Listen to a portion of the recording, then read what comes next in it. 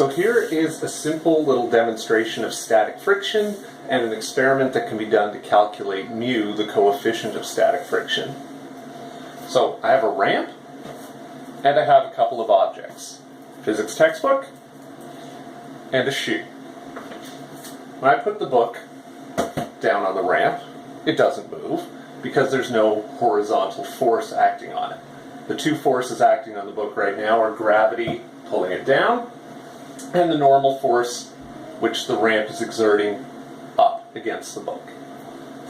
As soon as I incline the ramp, what happens is now that force of gravity that's pulling down has two components.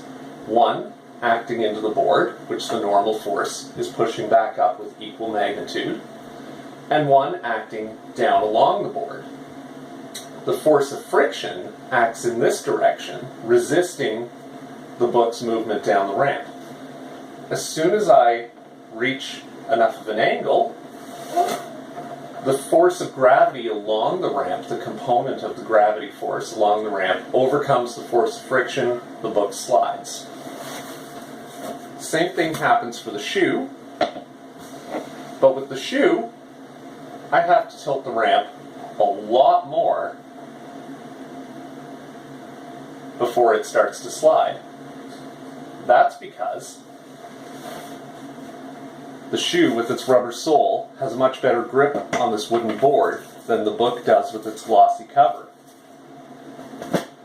If we look at the free body diagram for the mass, we have gravity down, friction force resisting its movement down the ramp, and the normal force is perpendicular to the surface of the ramp.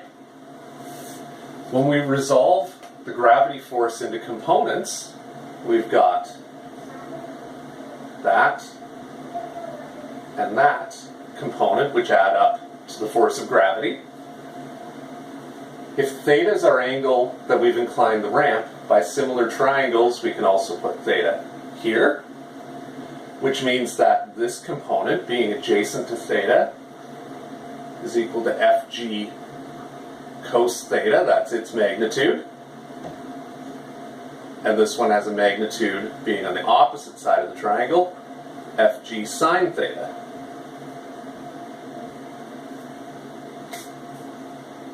So Fg sine theta is what's going to accelerate the mass down the ramp. So that's the magnitude of that force.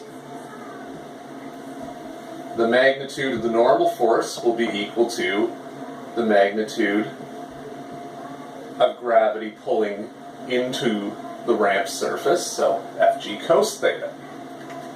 Over here, I've got our formula for force of friction is equal to mu times the normal force.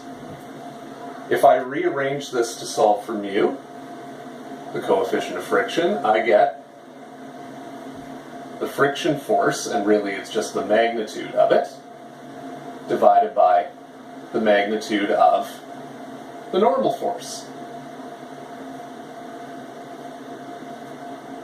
So mu is equal to mg sine theta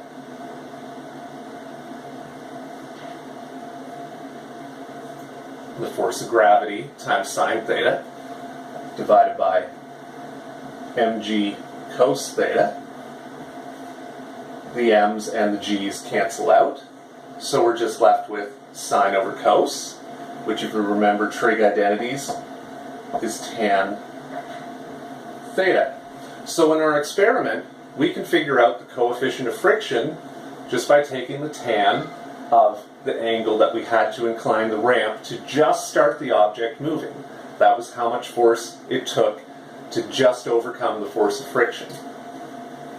I ran this experiment earlier and measured the angles that it took to get the objects moving.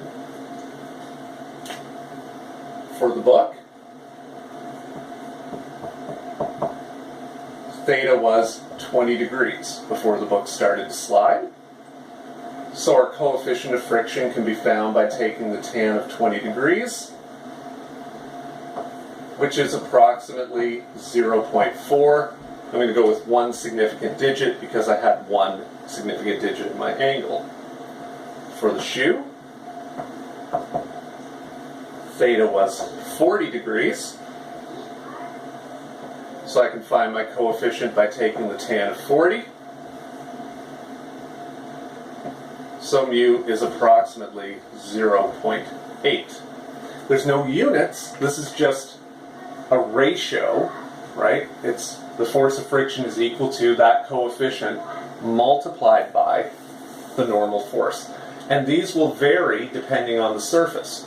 For example, if instead of this board I used something a lot smoother or something that had, say, grease on it so that it was slippery, the number for the book and the shoe would both be much lower. Similarly, if I used something with more grip, they would be higher numbers.